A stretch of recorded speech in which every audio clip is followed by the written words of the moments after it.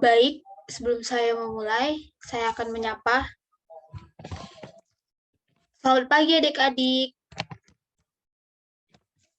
Baik, apa kabar pada pagi hari ini? Saya harap baik semua ya. Oke, sebelum kita memulai pelajaran kita, langkah baiknya kita untuk berdoa terlebih dahulu. Ibu sendiri yang memimpin. Mari kita berdoa sesuai agama dan kepercayaan kita masing-masing. Berdoa dimulai. Berdoa selesai. Baik, di sini Ibu akan mulai membahas tentang puisi. Adapun standar kompetensi yang harus adik-adik kuasai, yaitu mengungkapkan pikiran dan perasaan dalam puisi bebas. Tujuan pembelajarannya juga yang pertama ada peserta didik mampu memahami definisi puisi, yang kedua peserta didik mampu mengidentifikasi unsur intrinsik, yang ketiga peserta didik mampu memahami unsur puisi, yang keempat peserta didik mampu memahami tujuan dan manfaat puisi, yang ketiga peserta didik mampu mengembangkan inspirasi dan penemuan yang telah diamati sebelumnya. Dan yang terakhir ada peserta didik mampu menulis puisi dengan pilihan yang sesuai. Sebelum masuk ke pengertian puisi, di sini ada adik-adik yang tahu apa itu puisi. Oke, kalau tidak ada, biar ibu saja yang menjelaskan. Berdasarkan pengertiannya, puisi dapat dikatakan sebagai salah satu genre sastra yang menggunakan kata-kata yang estetis dan berirama.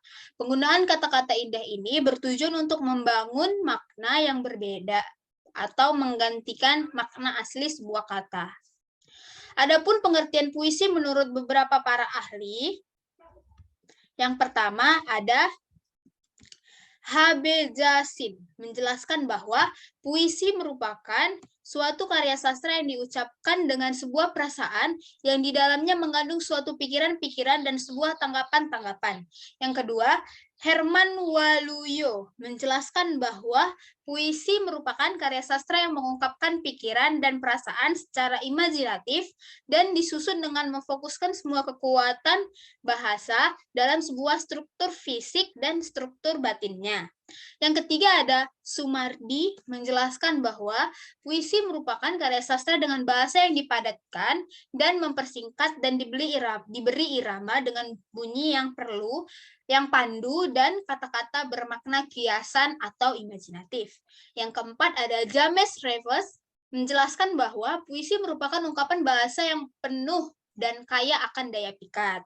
Yang kelima ada Carlyle menjelaskan bahwa puisi merupakan pemikiran yang bersifat musikal.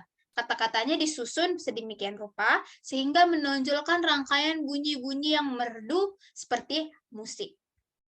Dan yang terakhir ada Samuel Taylor Coleridge menjelaskan bahwa puisi adalah kata-kata terindah dalam susunan terindah.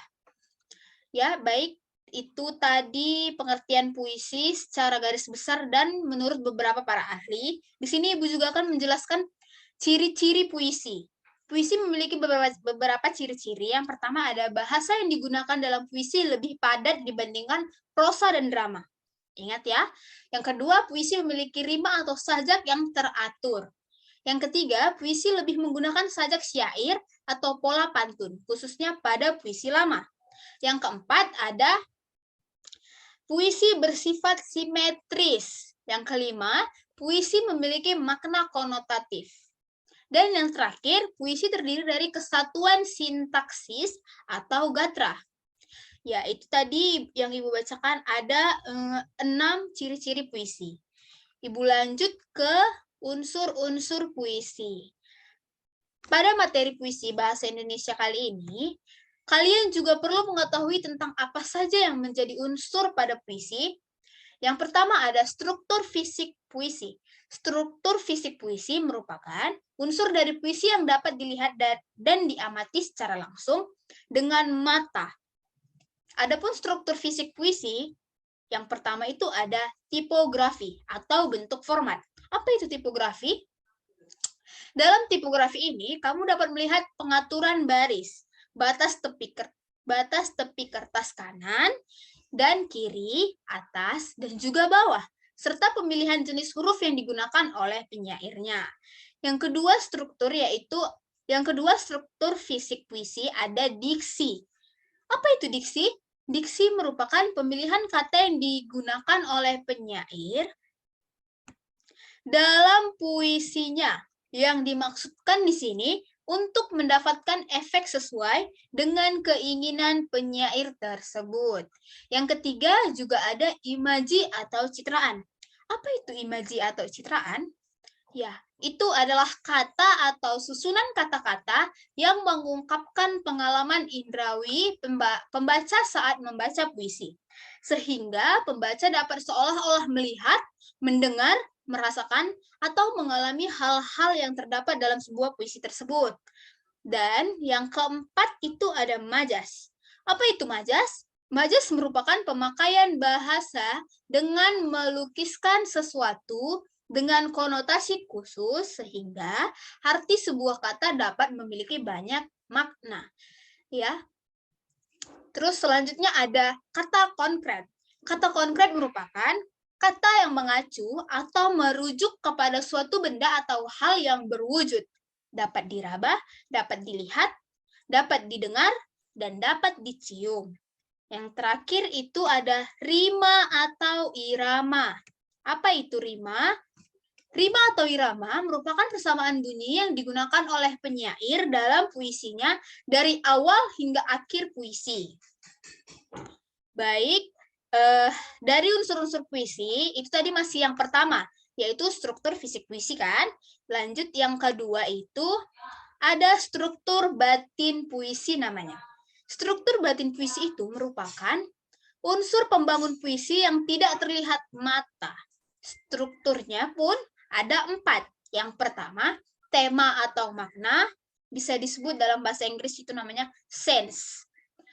Tema atau makna merupakan salah satu unsur puisi yang bersifat, yang tersirat, berupa makna yang ingin disampaikan oleh penyair kepada para pembaca. Yang kedua ada nada atau tone. Apa itu nada? Nada merupakan sikap penyair kepada para pembacanya yang berkaitan dengan tema dan rasa. Yang ketiga ada rasa, bisa disebut juga feeling. Apa itu rasa? Rasa merupakan sikap penyair terhadap pokok permasalahan dalam puisinya. Dan yang keempat, yaitu yang terakhir, ada amanat atau tujuan. Bisa disebut dengan intention. Amanat atau tujuan merupakan pesan yang ingin disampaikan oleh penyair dalam puisinya kepada para pembacanya. Baik, setelah Ibu baca beberapa unsur-unsur puisi, ada juga jenis-jenis puisi. Pertama, ada yang tahu itu puisi apa? Benar, puisi lama. Ya, yang kedua juga ada puisi apa namanya? Ya, puisi baru. Di sini Ibu akan menjelaskan apa itu puisi lama. Puisi lama itu merupakan puisi yang dibuat sebelum abad ke-20 dan terkait pada beberapa aturan. Puisi lama memiliki ciri-ciri yaitu bersifat anonim karena merupakan puisi rakyat, disampaikan secara lisan atau dari mulut ke mulut. Yang ketiga ada terikat aturan-aturan yang mengatur jumlah baris tiap bait, jumlah suku kata, maupun irama. Nah, puisi lama ini juga dapat dibagikan menjadi beberapa jenis, yaitu ada mantra, pantun, seloka, gurindram, karmina, dan lain sebagainya. Adapun jenis-jenis puisi yaitu puisi baru. Puisi baru merupakan puisi yang tidak terkait pada aturan-aturan puisi lama yang tadi, baik dalam jumlah baris, suku kata, ataupun rima. Puisi baru memiliki ciri-ciri sebagai berikut. Nama penyairnya jelas atau diketahui, memiliki bentuk rapi dan simetris, memiliki gaya bahasa yang dinamis, memiliki persajakan akhir yang teratur. Sebagian besar puisi memiliki 4 seuntai. Setiap barisnya terdiri dari sebuah gatra atau kesatuan sintaksis. Setiap gatra terdiri dari 4 sampai 5 suku kata, dan banyak menggunakan pola pantun dan syair. Sekalipun ada yang menggunakan pola puisi lama lainnya, seperti puisi lama, puisi baru juga dibagi menjadi beberapa jenis. Yang pertama ada himne, balada, ode, romansa, dan lain sebagainya. Dan di sini Ibu juga udah menjelaskan apa itu membahas tentang puisi, ada pengertian puisi, ciri-ciri puisi, unsur puisi, dan jenis-jenis puisi. Dan sekian penjelasan yang bisa Ibu sampaikan. Ibu harap adik-adik bisa dapat memahami, dapat mengapresiasikannya, juga dapat dikuasai untuk pelajaran-pelajaran berikutnya. Ibu harap besok atau pertemuan selanjutnya Ibu akan memberikan tugas untuk adik-adik kerjakan. Jadi ini yang udah Ibu jelaskan, dibahas lagi di rumah, dipelajari lagi, biar pertemuan selanjutnya juga lebih mudah untuk melanjutkan pelajaran. Jadi sekian dari penjelasan Ibu.